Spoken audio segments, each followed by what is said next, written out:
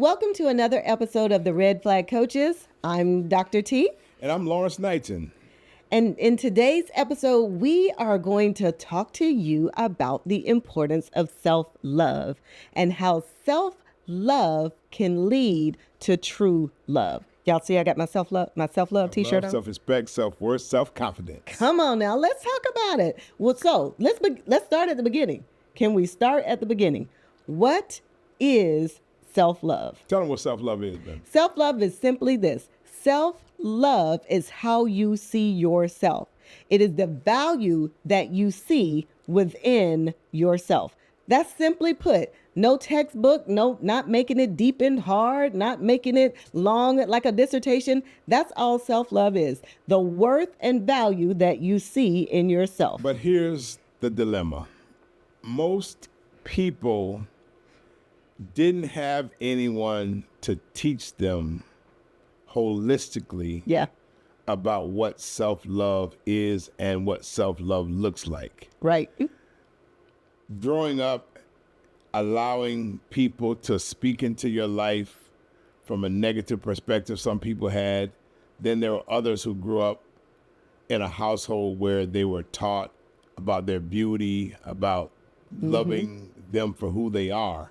So we have to make sure that we articulate to our audience that there are some people who look at self-love from one perspective, thinking as self-love, and then it's another group who grew up knowing what self-love really is. So I want to make that clear. Because let me give you a good example of what I'm saying early on. So you have people who will say that they love themselves. Oh, yeah, no question. But they'll stay in an abusive relationship. Right. You can't say that you love yourself and allow someone to abuse you. Right. Whether it's emotionally, whether it's verbally, or even whether it's physically. Because if you ask the average person, do you love yourself? Oh, yes, I love myself. I love myself. But again, there are some people who grew up in environments where self-love, real love, was not taught to them. And so they're going through life trying to learn on their own how to self-love. Or they grew up in an environment where it was not taught because it was told to them to love yourself is selfish. Right. Wait, what? No, I should not love anybody more than I love myself. Right. Because if I cannot love myself, I can't give you what I don't have. Exactly. And if I'm trying to love you more than I love myself, it's going to be an imbalance there, Right, for sure. which makes the relationship doomed. Right. Because I'm looking for you to validate me, to make me feel some type of way. There were two misconceptions that I thought about when you and I said that we were going to do this episode. The first one is self-love is not narcissism and it's not selfish, but it's a healthy appreciation of who you are and your individuality. Right. And so when we think of self-love, like you said, it wasn't taught to us. And especially if we grew up in dysfunction, nobody taught us how to love ourselves. Nobody taught us how to appreciate ourselves because we were all in survival mode instead of thriving mode. For sure. So I never got a demonstration of what love really looked like because we love others from the way we love ourselves. For sure. Because real love starts within. Exactly. The second one is true self-love leads to better relationships and overall well-being, like I just said, because you love from the inside out. And that, you know what, start talking about a person who really loves themselves, they can detect when someone comes into their space that does not have their best interests. Because like a radar. When you have that genuine self-love for yourself, you can easily spot, detect, smell a person who comes into your space who does not fit That's good. the profile. Yeah. It's true. So Yeah. the more you love yourself, the easier it is to attract people who love you. Yeah. And we've heard this before when we were coaching and counseling. People would tell us, well, you know what? I don't trust people. Well, the truth of the matter is, who don't you really trust?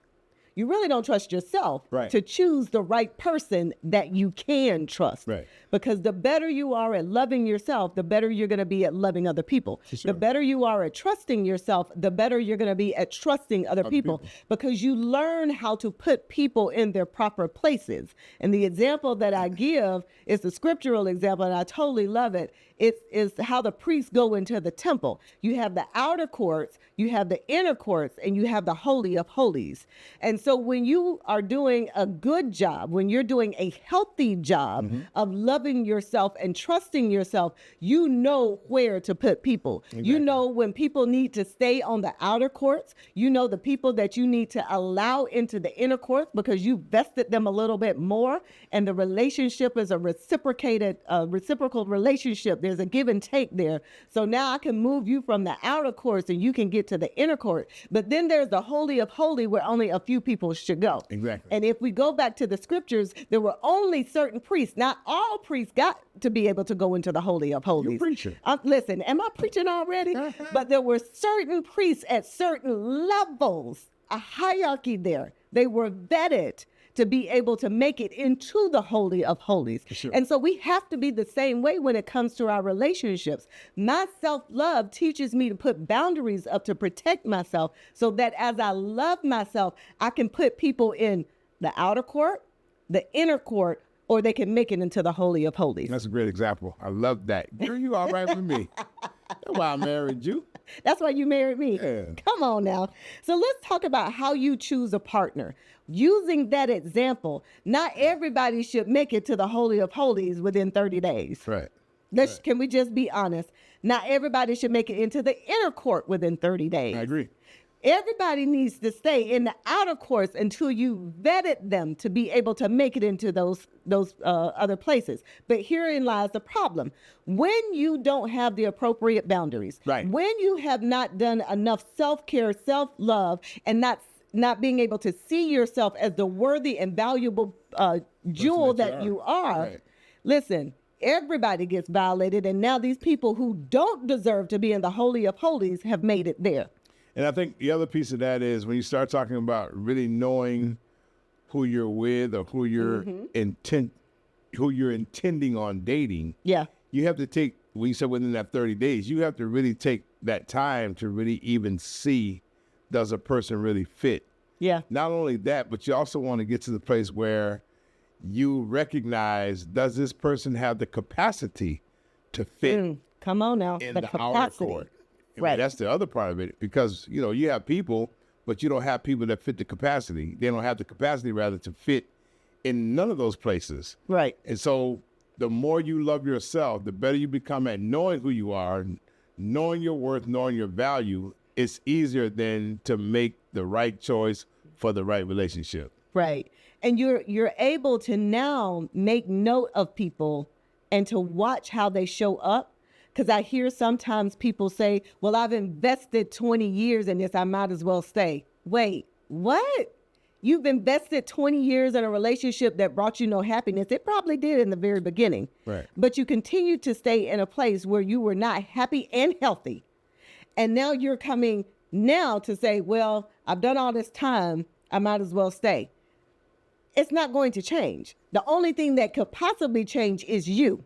You know, I was on this podcast meeting with I'm in this group with David Shands, the one of the world's top podcasters, and every Friday we have this call that we do for podcasters.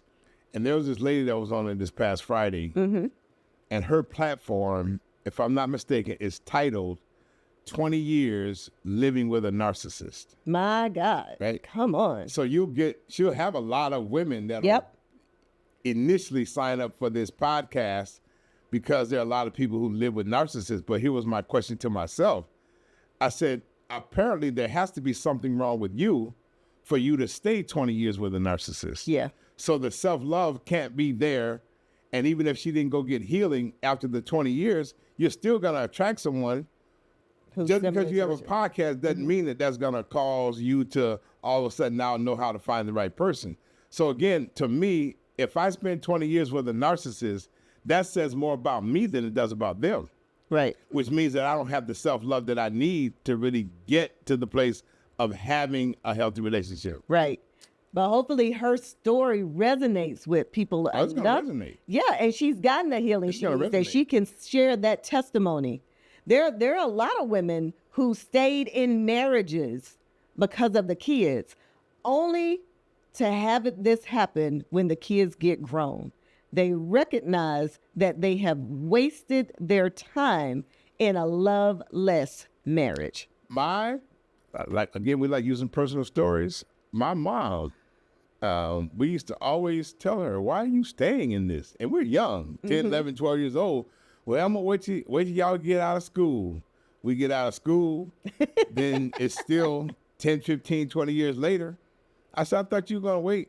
You were only waiting until we got out of school. Yeah. But at the same time, they did more damage to the kids Yes. than they ever Yes. recognized. Yes. So the point I'm making is, even after we're up and grown, my mom's still living, but at the same time, she's still unhappy with herself. Yeah. And your Because mom never lived. Right.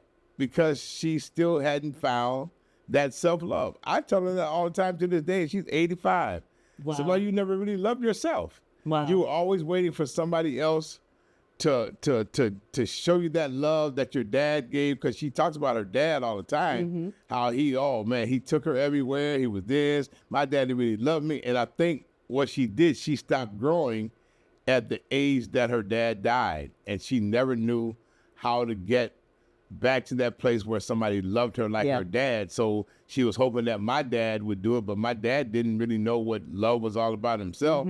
And so the point that I'm making is, we have got to individually learn ourselves enough to fall in love with ourselves for who God created us to be. Yeah. Accept me for who I am.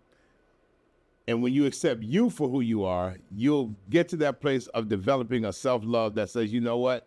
This is how God created me. Now, yes, I want to work and be the best version of myself that I can. Yeah. But at the same time, when you learn how to love yourself, man, it makes a big difference. It really does, because I can honestly say now at 54 that I have a totally different type of love for myself than I did when I got married the first time. Oh, yeah. When I got married the first time, I didn't even know who I was.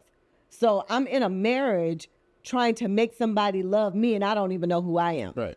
I know I don't want to be like my parents because their marriage was dysfunctional. I know I don't want to be like my grandparents because their marriage was dysfunctional. I know I don't want to be like these people over here because their marriage was dysfunctional. Oh, here, I got an example of what marriage looks like, and it was a fictional view of what marriage looked like. Right. Even though it was based on maybe somebody, it was still fictional. So I couldn't create inside of me what I needed to be Claire Huxtable. Right. And so what ended up happening is, the more I tried to be somebody I was not, the worse the marriage got. I agree. Because I was looking for him to make me feel a certain type of way about myself. Let me say that again. I was waiting on him to make me feel a certain type of way about myself. That's not his job, it's mine. Right, for sure. And so when he ended up leaving me, when I went through that time after the marriage where I was by myself, listen, I had some really dark thoughts. I can't even lie. I had some really, really dark thoughts. There was some really bad times for me. But it was through that I learned who Tracy was. Right, for sure. And I began to appreciate myself and love on myself and take care of myself. So by the time you came along, honey, it was all good. What you say? Y'all heard that, right? Okay. Now let's go to the next point. Because you're making me blush. But what I'm truly saying is, the better we are at knowing and not only knowing ourselves and loving ourselves, but demonstrating love to ourselves. Right. That's the key. The demonstration of love to yourself. It's more than just taking yourself out to dinner. It's more than just taking yourself out to the movies. For sure. You know? Yeah. And I hear people say all the time, I love myself. But what is that? How is that demonstrated for you? Because if you've got carnage of all these relationships behind you, Right. it has nothing to do with those relationships. It has everything to do with you. For sure. And again, like I said earlier, if you ask the average person, do you love yourself? I don't know if anyone would tell you no. Right. But even even with that, for those who say, yes, I do, and if you ask another question, tell me how you love yourself. Yeah. They would really stutter. They would really like Struggle. trip over the Yeah. words. They would try to figure out, okay, how do I explain that? And so what I'm saying is you don't ever want to be put on the spot. Yeah, let me throw this out there. To where if you ask that question, now you look like, well, Wait a I minute. really thought I did, but I can't articulate it. You don't Right. want to say you love yourself and you can't articulate it. Right. Right. I'm borderline arrogant with my love of myself. Listen. That part. Okay, I wish y'all could come a little. Can y'all come a little closer? That part. He is not joking about that. He teeters on that line so fine. But here's the question. How do we develop self-love? Well, here's my question. Before we even answer that question, here's my question. How can you love somebody you don't know? Right. Right? If I'm trying to be in a relationship, how can I love you If I don't know you. if I don't know you? Right. The purpose of loving you is to get to know you first. And then I love the things about you. Right? Right. But if I don't know you, I can't love you. That whole thing, love at first sight, okay, there's an energy there, but it's not love yet. Right. And so the more I get to know myself, the more I fall in love with myself. And that's what draws healthy people in instead of the hurt people who need healing. When you love yourself, you don't put up with anything. Right. So Right. you can smell. You can smell when something's coming to you that ain't quite right. In the words of Keith Sweat, something just ain't right. Oh, I'm sorry. Track one. So when we talk about how to develop self-love, Right. that falls back on what are the things that I can do for me to get to know me. Because let's just be honest, the Tracy you are married to now is not the Tracy you were married to when we first got married in 2003. 2002, I think. Was it 2002? See, I just wanted to playing. make sure you were playing. Playing. You were right. Tell the truth, I'm not the same Tracy. Exactly. And I'm not the same Tracy that was married before I met you. Right. I'm a totally different Tracy. And so in knowing myself, you've had to know me and learn me as I changed in our marriage. Right, for sure. Right? And I had to do the same thing. I had to know me and love me in order to love you at the level that you need your love. Exactly, for sure. And that's what self-love is. Knowing me well enough to know what I need, what I want, what I expect, and what I ain't putting up with, to be able to demonstrate that for myself first. Oh, yeah. And then I can demonstrate it to you. And that's the only way it's gonna work. That's the only way it's going to work. So how do we develop that? Well, you spend time with yourself. You spend time learning yourself, loving yourself, liking yourself as you change. Because the man I see before me is not the man that I met before. I agree, for sure. You've changed. You've grown. You matured. Your tastes have changed. You know, we international now. We go out of town. We go out of the country all the time. As a matter of fact, we start fiending when we ain't been out of town in a while. But those are the things that we grow and develop into. So number one, self-reflection. Sitting back and going, how was I as a kid? How was I as a teenager? How was I in my 20s, my 30s, my 40s? Here I am in my 50s. Right. What are my wants? Because what I want now Change. at 54 is not what I wanted when I was 18. Right. It's not what I wanted when I was 25. What I need now is certainly not what I needed at 18. I didn't even know what I needed at 18. As a matter of fact, women don't even have fully developed brains until they're 25. And for about 2 years, women are smarter than men because men's brains don't fully develop until they're 27 or 28. What you say? That's it. Come on now. For 2 years, we're smarter than y'all. So when we think about self-reflection, being able to reflect over all of those things that make Tracy truly, uniquely who she is. Does that make sense? It makes a lot of sense. So that's the first thing, self-reflection. Here's the second thing, and we can't say this enough on this show, on our episodes. Set boundaries. We can't say it enough. Boundaries will set you free. I need a t-shirt that says that. Yeah, really. Boundaries will set you free. That I cannot get that point across fast enough, often enough. You've got to learn to set boundaries. Why is it important to set boundaries? Can I just be honest? Because they protect you and they protect other people. And that's so I want to go back to the self-reflection. Okay. We start talking about how do you get to that place of really loving yourself? Introspection, self-reflection, all of those things are critical. Yeah. To really even knowing who you are. Because again, you have to think about it. Most people gave us our identity. Oh, yeah. Come on now. Our parents or whoever. Gave us the name, gave Yeah. us our identity. Yeah. And so when you think about that, how do I really say I know myself when somebody else has told me? You think about this. Back in the day, if you were light-skinned, there was an issue. If you were dark-skinned, there was an issue. Yeah. If you had big lips, a big nose, big ears, there was this idea that this is what identifies who I am. Mm-hmm. But at the same time, when you really think about it, is that really something that helped me with self-love when I have this thing that says I'm too dark, I'm too light, I'm too skinny, I'm too fat? Too smart. So again, this self-reflection, getting to know who you are, loving you for who you are. And that's why I tell people, be authentically you. Right. And then when you're learning who you are, when you're learning your characteristics, your traits of who you really are, who God created you to be, and you become comfortable with who you are, Right. then you're able to be relaxed in a relationship. You know what you're going to put up with, what you're not going to put up with, talking about those boundaries, because you understand you better. Yeah. When I understand me better, I know what I want, I know what I don't want, and I'm not going to be settling in between there. I know what I want, know what I don't want. I'm not going to settle. Why? Because I'm okay with who I am. Right. Adam was fine with who he was. Adam didn't even know he needed another mate. What?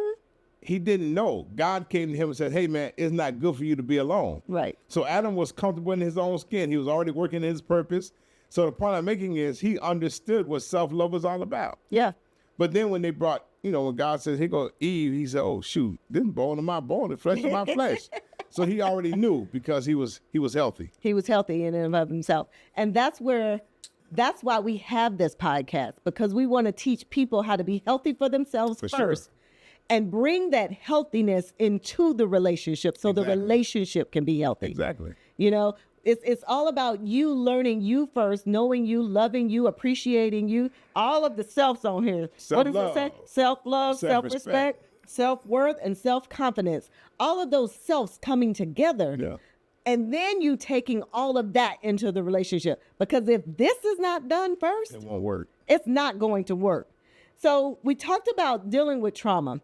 We've talked about that in a previous episode. And certainly that's one of the things that you've got to deal with when it comes to learning how to love yourself. Some of us just flat out have got to learn how to love ourselves. We haven't been taught that. Right. And that's why therapy is good, because it helps to unpack the past. But coaching is great in teaching you how to go to the next level. Exactly. So once you unpack, once you drop the weight, which is what counseling does, then you can elevate, which is what coaching does. Exactly. And so having a coach that will then take this new version of you and say, how do you want to get to the next level? Which is what we do with our relationship coaching. Once the people have decided, you know what, I'm healed, I've dealt with my issues from the past, I've learned how to love myself, appreciate who I am, value myself. Now I'm ready to turn around and take all of this greatness And put it into one package. That's it. Put it on the market for somebody, for the right person. That's it. The right person. That's it. And with the tools that we equip them with to be able to do that, they know that you start dating for data. That's it. That's what dating is all about. Now Right. you're able to get some really relevant data. Yeah. And you're not getting fluffy data. Right. You're getting data that can really help you decipher between what's real and what's fake. Right. And now you do a better job of making sure, I've gone on 2 dates with this person. They stay in the outer courts because they have not. They're not there yet. They're not there to be able to make it to the inner courts, and certainly not the Holy of Holies. Amen. All right, y'all, we thank you all for coming in with another episode of the Red Flag Coaches. From self-love to true love, we hope that we've given you some tools with self-reflection, setting boundaries, taking time for yourself, unpacking that baggage. Listen. it. When you start to do that for yourself, you are not arrogant, you're not conceited, you're not self-centered, you're not selfish. Listen, as you grow and mature, you change. Right. You deserve to fall in love with the best version of you. And then you'll be able to say, like I've been saying for a long time, I'm not conceited, I'm just convinced that I love myself. All right, y'all, until the next episode, we will see you soon. Give them their homework. What do we want them to do, honey? We want you to do some introspection. We want you to do some self-reflection. We want you to really sort of sit down and be able to write out, why do I love myself? How do I love myself? And really, do I really love myself? And once you do that, I promise you it'll make a big difference in your life. That's it. All right, one more piece of homework. What would you need them to do? I need you to follow us on That's it. Instagram, YouTube, Facebook, whatever podcast platform you watch podcasts, follow us. I promise you, go to the website and buy. Hey, I have these books. If it's Love It Will Last and He's Not Your Man, It's Just Your Turn. These books will help you in your relationship self-love journey. That's it. So listen, go to the website, theredflagcoach.com, and purchase these books. They will bless your life. Y'all take care. Talk to you on the next episode.